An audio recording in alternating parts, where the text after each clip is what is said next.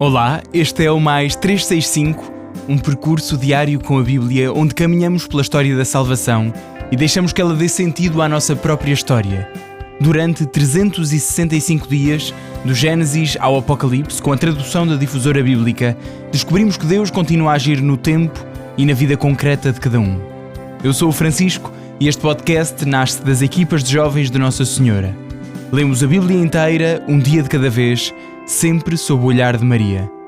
Hoje é o dia 175, estamos no período do Reino Dividido e vamos ouvir, segundo o livro dos Reis 6 e 7, Oseias 4 a 7 e Salmo 103. Segundo o livro dos Reis 6. Os filhos dos profetas disseram a Eliseu: o lugar onde vivemos contigo tornou-se demasiado estreito para nós. Vamos até ao Jordão, cortemos cada um de nós um tronco do bosque e construamos ali uma casa para habitarmos. Respondeu-lhes ele: ide. Mas um deles disse: vem também tu com os teus servos. Respondeu Eliseu: irei. Partiu com eles. Chegados ao Jordão, puseram-se a cortar madeira. Ora, estando um deles a cortar um tronco, o machado caiu à água. Exclamou ele: ah, meu senhor, este machado era emprestado. Perguntou o homem de Deus: onde caiu? Ele apontou-lhe o lugar. Eliseu cortou um pau, atirou-o à água e o machado veio à superfície. Disse ele: retira-o de lá. Então o homem estendeu a mão e apanhou-o. O rei da Síria, que estava em guerra contra Israel, aconselhou-se com os seus servos e disse-lhes: acamparemos em tal e tal lugar. O homem de Deus mandou então dizer ao rei de Israel: evita passar por tal lugar, porque os sírios estão ali acampados. O rei de Israel enviou homens ao lugar sobre o qual o homem de Deus o tinha informado e avisado.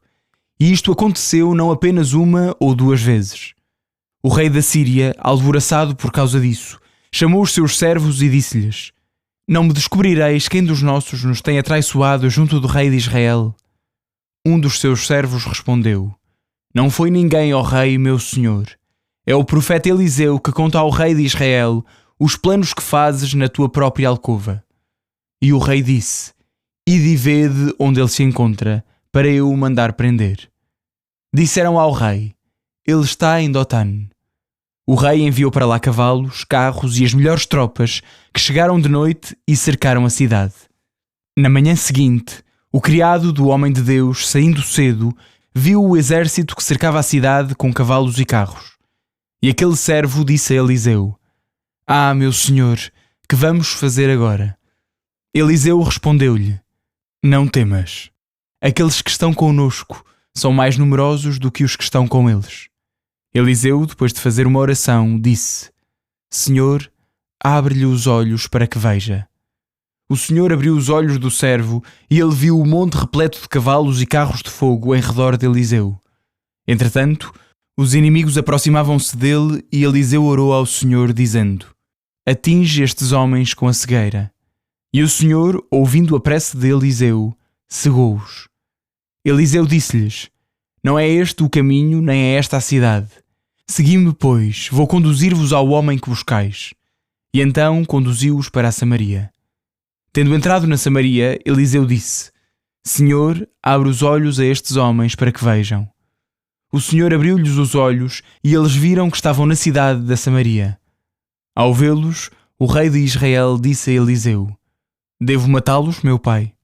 Mas ele respondeu: não. Acaso costumas matar aqueles que com a tua espada e o teu arco fazes prisioneiros?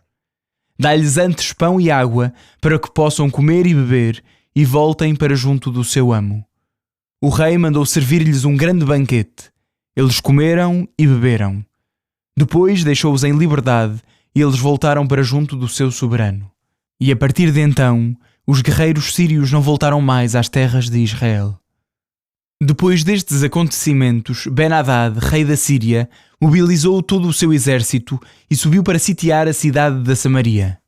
Uma grande fome alastrou pela cidade e o cerco foi tão apertado que uma cabeça de jumento valia 80 siclos de prata e um quarto de cabo de excrementos de pomba 5 siclos de prata. Um dia em que o rei passeava pela muralha, uma mulher gritou-lhe: "Socorre-me, ó rei meu senhor." O rei respondeu-lhe: "Se o senhor não te salva, como te poderei eu socorrer? Com o trigo da eira ou o vinho do lagar?" E acrescentou: "Que te aconteceu?"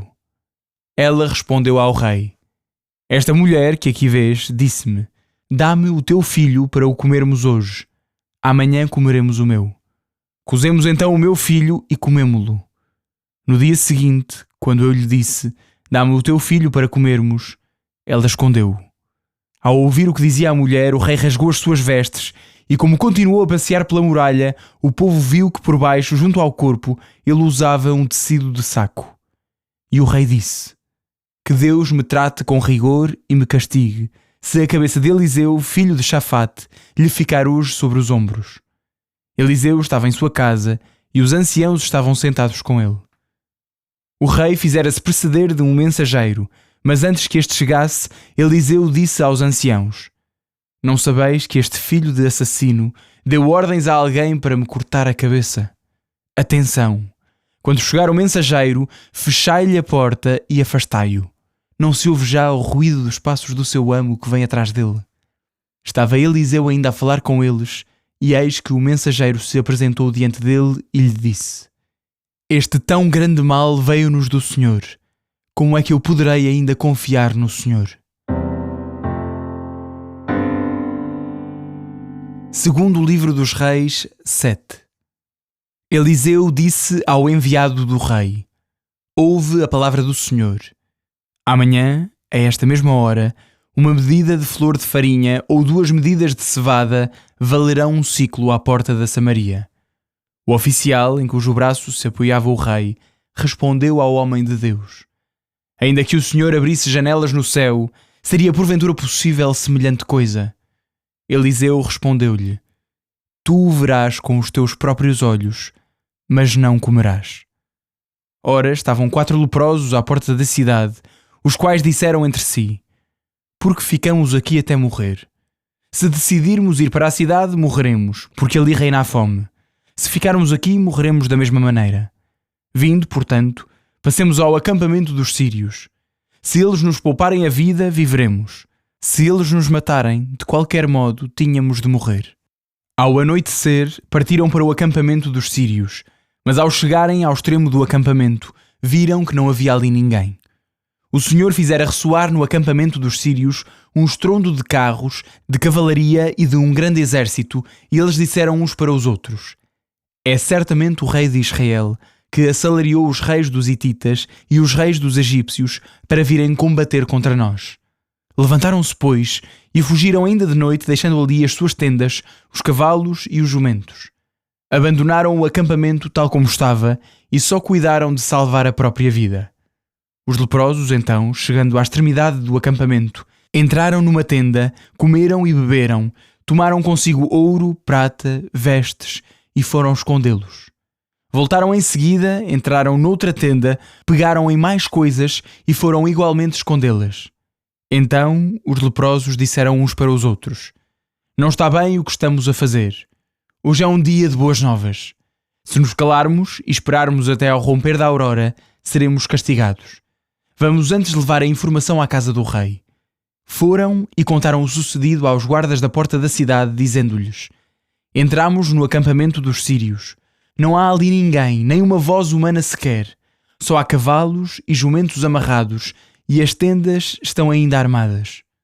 Os guardas da porta levaram a boa nova ao interior do palácio real. Era de noite, mas o rei levantou-se e disse aos seus servos: "Vou dizer-vos o que os sírios tramam contra nós. Sabem que estamos famintos e por isso deixaram o acampamento e foram armar emboscadas no campo, dizendo: Quando saírem da cidade, apanhamo-los vivos e entramos nela."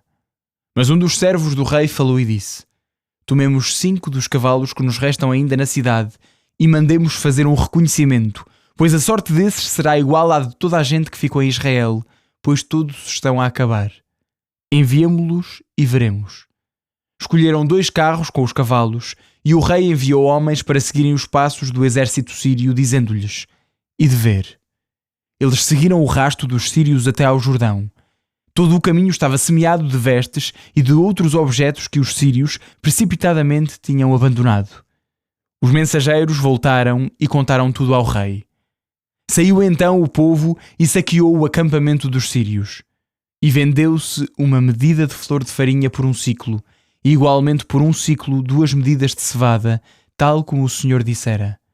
O rei confiara a guarda da porta ao oficial em cujo braço se apoiava, mas com os empurrões do povo foi esmagado e caiu morto à entrada da porta, conforme predissera o homem de Deus, quando o rei descera à sua casa. O homem de Deus dissera ao rei: amanhã, a esta mesma hora, 2 medidas de cevada valerão um siclo à porta da Samaria, e uma medida de flor de farinha valerá igualmente um siclo. E o oficial tinha respondido ao homem de Deus: ainda que o Senhor abrisse janelas no céu, porventura seria possível tal coisa? A isto Eliseu tinha respondido: tu o verás com os teus olhos, mas não comerás. Foi o que lhe aconteceu. O povo atropelou à entrada da porta e ele morreu. Oseias 4. Ouvi a palavra do Senhor, filhos de Israel, porque o Senhor vai entrar em litígio com os habitantes do país, porque não há verdade, nem misericórdia, nem conhecimento de Deus na terra. Juram falso, mentem, assassinam, roubam, cometem adultério, usam de violência e derramam sangue sobre sangue. Por isso, a terra está cheia de luto e todos os seus habitantes desfalecem. Os animais selvagens, as aves do céu e até os peixes do mar perecem. Entretanto, que ninguém acuse, que ninguém repreenda. Mas é a ti que eu censuro, ó sacerdote. Tu hás de tropeçar em pleno dia, contigo tropeçará também o profeta, e de noite farei perecer a tua mãe. O meu povo perde-se por falta de conhecimento, porque rejeitaste a instrução, excluir-te-ei do meu sacerdócio. Já que esqueceste a lei do teu Deus, também eu me esquecerei dos teus filhos.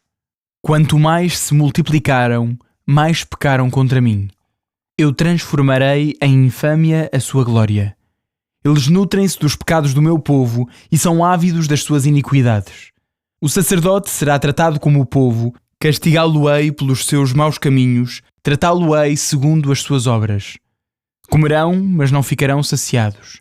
Prostituir-se-ão, mas não se multiplicarão, porque obstinadamente abandonaram o Senhor.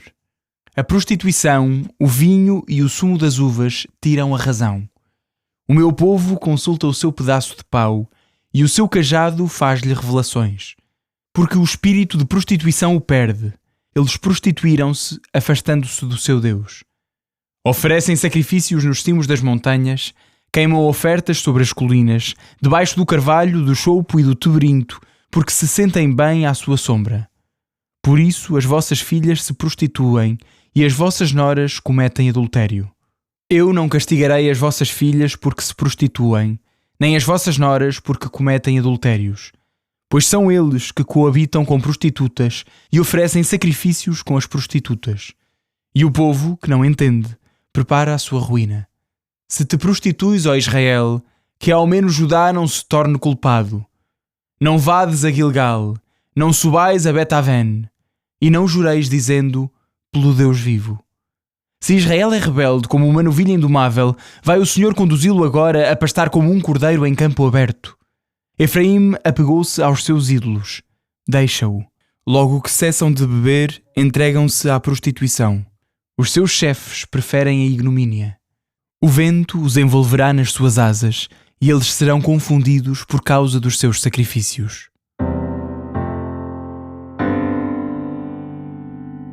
Oseias 5. Ouvi isto, ó sacerdotes, escuta, casa de Israel. Atende, gente da casa do rei. É contra vós o julgamento, porque vos tornastes um laço para Mispá, uma rede estendida no Tabor. Levaram ao extremo as imolações em Chittim, mas eu os castigarei a todos. Conheço Efraim e Israel não me é desconhecido. Agora Efraim prostituiu-se e Israel maculou-se. As suas ações não lhes permitem voltar ao seu Deus, porque um espírito de prostituição os anima e eles não reconhecem o Senhor. A arrogância de Israel dá testemunho contra ele. Israel e Efraim tropeçam na sua iniquidade. Também Judá tropeça com eles. Irão em busca do Senhor com as suas ovelhas e os seus bois, mas não o encontrarão porque o Senhor se afastou deles. Eles atraiçoaram-no, porque geraram filhos bastardos.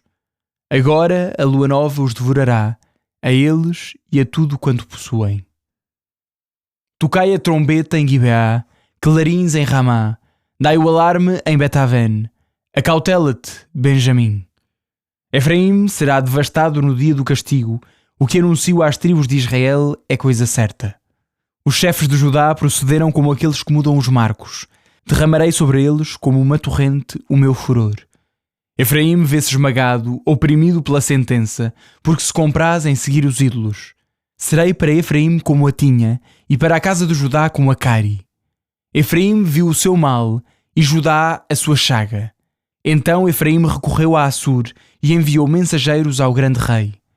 Mas este não poderá curar-vos, nem sarar a vossa chaga. Porque serei como um leão para Efraim, como um leãozinho para a casa de Judá. Eu próprio tomarei a presa e partirei.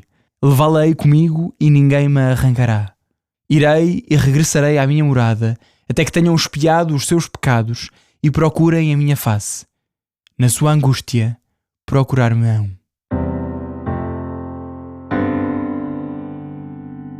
Oséias 6. Vinde, voltemos para o Senhor. Ele feriu-nos, Ele nos curará. Ele fez a ferida, Ele fará o penso. Dar-nos-á de novo a vida em 2 dias, ao 3º dia nos levantará e viveremos na sua presença. Conheçamos e esforcemo-nos por conhecer o Senhor. Iminente como a aurora está a sua vinda. Ele virá para nós como a chuva da primavera que irriga a terra. Que posso fazer por ti, ó Efraim? Que posso fazer por ti, ó Judá? O vosso amor é como a nuvem da manhã, como o orvalho matutino que logo se dissipa. Por isso os castiguei duramente pelos profetas e os matei pelas palavras da minha boca, e o meu julgamento resplandece como a luz. Porque eu quero a misericórdia e não os sacrifícios, o conhecimento de Deus mais que os holocaustos. Mas eles, como homens, violaram a aliança e rebelaram-se contra mim. Gileade é uma cidade de malfeitores, cheia de rastros de sangue. Como malfeitores em emboscada é o bando dos sacerdotes. Assassinam no caminho de Siquém. Sim, o seu proceder é criminoso. Vi coisas horríveis na casa de Israel. Ali se prostitui Efraim, ali se torna impuro Israel. Também para ti, Judá, se prepara uma colheita, quando eu restabelecer o meu povo. Oséias 7. Quando eu queria curar Israel, a iniquidade de Efraim foi posta a descoberto, bem como a malícia da Samaria. Porque eles cometem fraudes, o ladrão entra nas casas e por fora andam os salteadores. Eles não dizem em seus corações que me lembro de todas as suas maldades. Agora as suas más obras cercam-nos. Tenho-as diante dos meus olhos. Alegram o rei com as suas maldades e os príncipes com as suas mentiras. Todos cometem adultérios. São semelhantes a um forno aceso que o padeiro deixa de atiçar desde que trabalhou a massa até que esta se levede. No dia do nosso rei, os príncipes adoeceram com o ardor do vinho que beberam na companhia de bandidos. Nas suas intrigas, o seu coração arde como um forno. Toda a noite dormem ao calor do seu ressentimento, mas pela manhã ele queima como uma chama viva. Todos eles ardem como um forno e consomem os seus juízos. Todos os seus reis caíram, sem que nenhum deles me tenha invocado. Efraim mistura-se com os outros povos. Efraim é como uma torta que não foi virada. Os estrangeiros devoram a sua força sem que ele o sinta. Já tem cabelos brancos e ainda não se deu conta. A arrogância de Israel testemunha contra ele. Não se voltam para o Senhor, seu Deus, nem o procuram, apesar de tudo isso. Efraim é como uma pomba ingênua sem inteligência. Apelam para o Egito, vão à Assíria. Uma vez que partam, estenderei sobre eles a minha rede, e cairão nela como aves do céu. Castigo-os quando vejo que estão reunidos. Ai deles, porque fugiram de mim. Serão arruinados, porque se rebelaram contra mim. Enquanto eu os queria salvar, eles proferiram mentiras contra mim. Não me invocam do fundo do seu coração. Gritam sobre os seus leitos e laceram-se, mas é pelo trigo e pelo vinho. E revoltam-se contra mim. Eu instruí-os e fortaleci-lhes os braços, mas eles maquinaram o mal contra mim. Não é para o alto que eles se voltam. São como um arco mal apontado. Os seus chefes caíram à espada por causa da insolência da sua língua e rir-se-ão deles na terra do Egito. Salmo 103 de David. Bendiz, ó minha alma, o Senhor, e todo o meu ser louva o seu nome santo. Bendiz, ó minha alma, o Senhor, e não esqueças nenhum dos seus benefícios. É Ele quem perdoa as tuas culpas e cura todas as tuas enfermidades. É Ele quem resgata a tua vida do túmulo e te enche de graça e de ternura. É Ele quem acumula de bens a tua existência e te rejuvenesce como a águia. O Senhor defende com justiça o direito de todos os oprimidos. Revelou os seus caminhos a Moisés e as suas maravilhas aos filhos de Israel. O Senhor é misericordioso e compassivo, é paciente e cheio de amor. Não está sempre a repreender-nos, nem a sua ira dura para sempre. Não nos tratou segundo os nossos pecados, nem nos castigou segundo as nossas culpas. Como é grande a distância dos céus à terra, assim são grandes os seus favores para os que o temem. Como o Oriente está afastado do Ocidente, assim Ele afasta de nós os nossos pecados. Como um pai se compadece dos filhos, assim o Senhor se compadece dos que o temem. Na verdade, Ele sabe de que somos formados. Não se esquece de que somos pó da terra. Os dias dos seres humanos são como a erva, brota como a flor do campo. Mas quando sopra o vento sobre ela, deixa de existir e não se conhece mais o seu lugar. Mas o amor do Senhor é eterno para os que o temem, e a sua justiça chega até aos filhos dos seus filhos, para os que guardam a sua aliança e se lembram de cumprir os seus preceitos. O Senhor estabeleceu nos céus o seu trono, e o seu reino estende-se a tudo o que existe. Bendizei o Senhor todos os seus anjos, poderosos mensageiros que cumpris as suas ordens, sempre dóceis à sua palavra. Bendizei o Senhor todo o seu exército de astros, que sois seus servos e executores da sua vontade.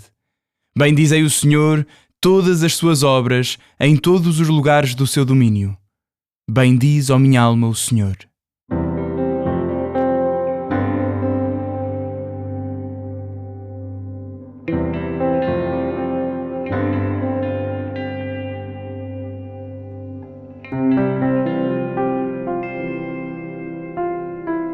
Olá, eu sou o Padre Francisco Costa Alves, das equipas de Jovens de Nossa Senhora. Com muita alegria, junto-me a vocês em mais um dia, nesta caminhada de escuta da Palavra de Deus no podcast Mais 365. Rezemos. Senhor, nosso Deus e nosso Pai, obrigado por nos falares e nunca nos abandonares no nosso caminho. Concede-nos o dom do Teu Espírito, para Te conhecermos e conhecermos o Teu Filho Jesus, para Te amarmos mais e sermos salvos no Teu amor. Por Cristo nosso Senhor. Amém. Depois da cura de Naamã, ouvimos, no segundo livro dos Reis, mais uns episódios da vida de Eliseu. Alguns prodígios e como ele intercede pelo povo durante o cerco a Samaria. Mais uma vez, diante da dúvida do rei de Israel, diante do queixume de alguns, por causa dos males que Deus aparentemente envia, Eliseu mantém-se fiel e manifesta o poder do Senhor, mesmo no meio daquela aflição toda. E no fim, a Samaria, a capital do reino do norte, Israel, é alimentada durante o cerco. Há um pequeno pormenor que gostava de destacar, que é curioso. São os leprosos que dão a notícia de que os sírios estão fora do acampamento. E por isso dá para ir lá saciar a fome, que já era bastante. É impressionante. Deus serve-se de todos para se anunciar. Até daqueles socialmente excluídos, como os leprosos. Não te esqueças disto. Onde menos esperas, podes encontrar o Senhor e podes encontrar a sua palavra, que sacia a tua fome. Bem, mas toda esta situação nos pareceu muito tensa. Logo a seguir, ouvimos os capítulos de Oseias. Depois daqueles primeiros capítulos, que são belíssimos, na minha opinião, o homem dispara para todos os lados. Também não quer dizer que não haja beleza nestas passagens, verdade seja dita. Porque às vezes é preciso quem tenha coragem de dar um murro na mesa, de apontar com coragem aquilo que está mal e aquilo que é preciso converter. E neste caso é muita coisa. Vamos só enumerar a infidelidade e a idolatria do povo, a incoerência dos sacerdotes, que deviam guiar o povo no culto e na lei, a falsa conversão, que é apenas por fora, sem ir diretamente ao coração, a anarquia social, as conspirações na corte do rei, as alianças com os reis estrangeiros em vez da confiança em Deus. Pronto, até nos cansa. Mas não deixa de ser engraçado, talvez irónico, que parece que, mais coisa menos coisa, os nossos problemas sociais e interiores são iguais a estes do século VIII a.C. Sabes porquê? Porque nós somos feitos da mesma massa. Somos feitos da mesma massa de que os homens de então. Não é por sermos mais evoluídos ou mais tecnológicos que o nosso coração não continua a precisar de conversão. No fundo, que não continua a precisar de Deus. Porque é disso que se trata. As ameaças de Oseias, que é apenas um mensageiro de Deus, servem um objetivo muito simples. Serem um abanão, uma chapada de luva branca, para fazer o povo acordar e para voltar para o Senhor. Não numa conversão simplória, de umas pequeninas correções, de umas dietas espirituais a ver se a vida fica um bocadinho melhor. Não é nada disso. O Senhor diz, porque eu quero a misericórdia e não os sacrifícios. O conhecimento de Deus mais que os holocaustos. Se a mudança não começar no coração, no meu, no teu, se não nos voltarmos realmente para Deus, o mundo vai continuar como está. Portanto, queres a paz no mundo? Queres o fim da corrupção? Queres ajudar a Igreja a ser fiel à santidade que recebeu no seu batismo? Queres santificar os bispos e os padres para serem fiéis à sua missão? Então, deixa que o Senhor converta o teu coração. Porque isso é contagiante. A comunhão dos santos, que ouvimos falar às vezes, também é isto. Ofereceres a tua vida santa para bem dos outros. E os outros, assim, vão beneficiar e crescer com a santidade que Deus manifesta em ti. É por contágio. Um bom contágio. O nosso Deus é amor. E se nos repreende, tal como o faz através de Oseias ao seu povo, é porque nos ama, é porque ama o seu povo. Eleva para ele o coração, com estas palavras do salmo que hoje escutamos. O Senhor é misericordioso e compassivo, é paciente e cheio de amor. Não está sempre a repreender-nos, nem a sua ira dura para sempre. Como um pai se compadece dos filhos, assim o Senhor se compadece dos que o temem.